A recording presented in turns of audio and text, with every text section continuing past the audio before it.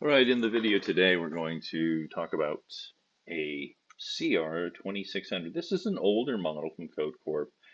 The newest one is a 2700, and it looks pretty much the same, but the difference between the 26 and the 2700 is largely that the 2700 doesn't have any screws, any contacts at all. It's a completely Bluetooth connected only device. And so if you need a cordless scanner, but you can't have Bluetooth for security reasons, then the newest model, the 2700, just can't work for you. It is impossible to communicate anything from this without going through a Bluetooth modem. So Bluetooth modem looks pretty much similar to the one on the right? But the difference is this is a modem and this is just a charger.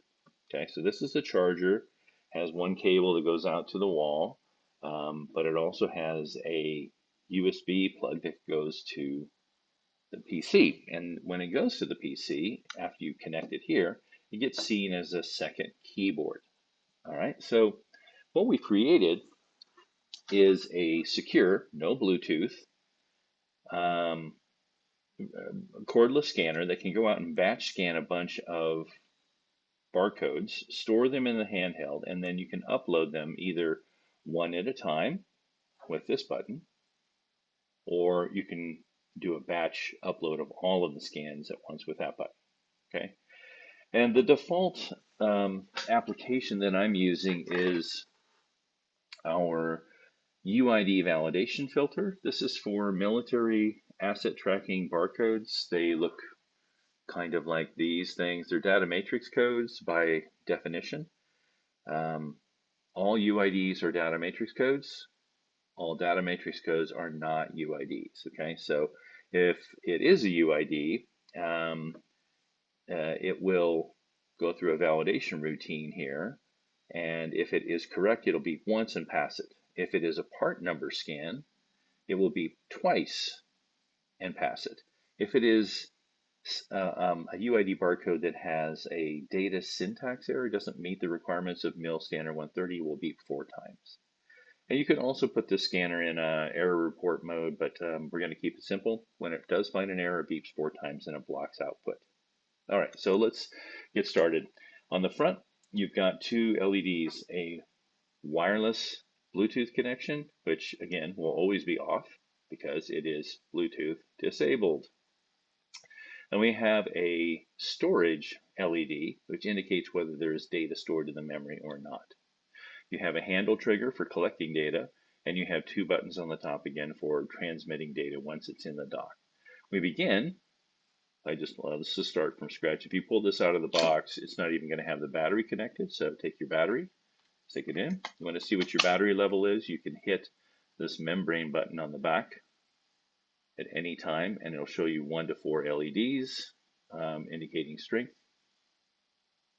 And to start it, you hold the trigger for like a second, let go, see a light come on, wait about 15-20 seconds, and it will boot, it will power up.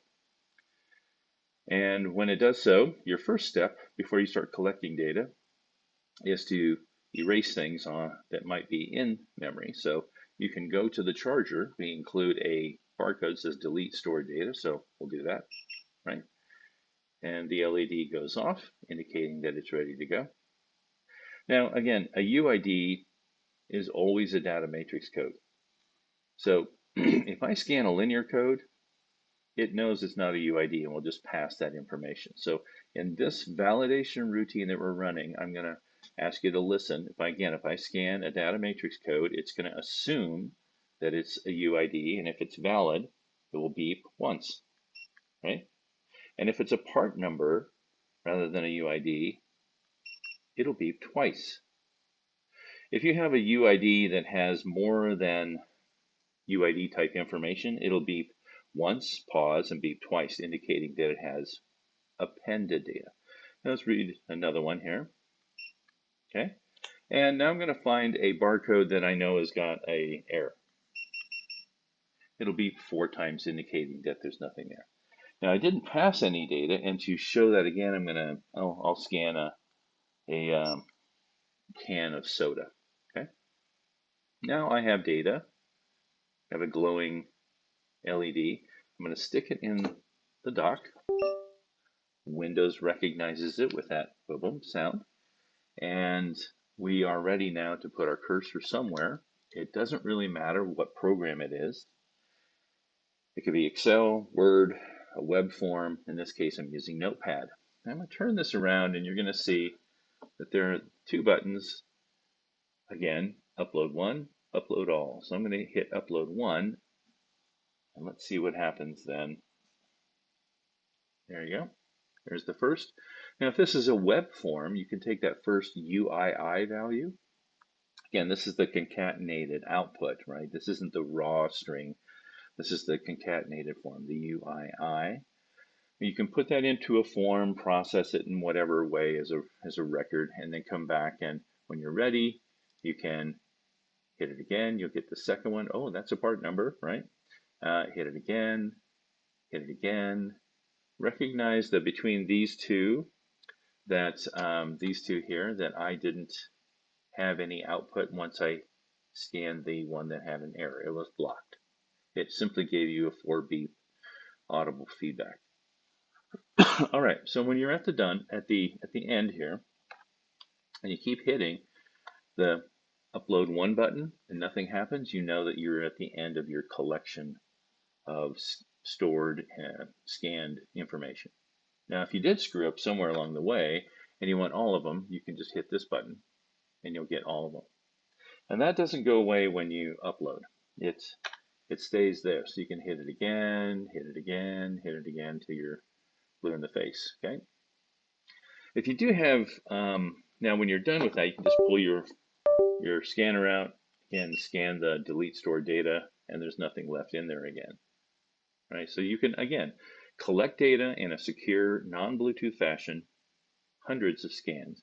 You can upload them either one at a time, or you can upload the entire batch by using just a power transformer, just a charger rather than a modem to provide this USB connection to a PC.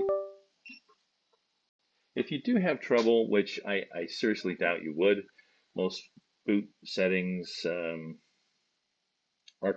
they're kind of written into a startup file that I don't see people changing. But if you did have somebody who was able to do anything, we do include a configuration code for setting the key parameters required for this application.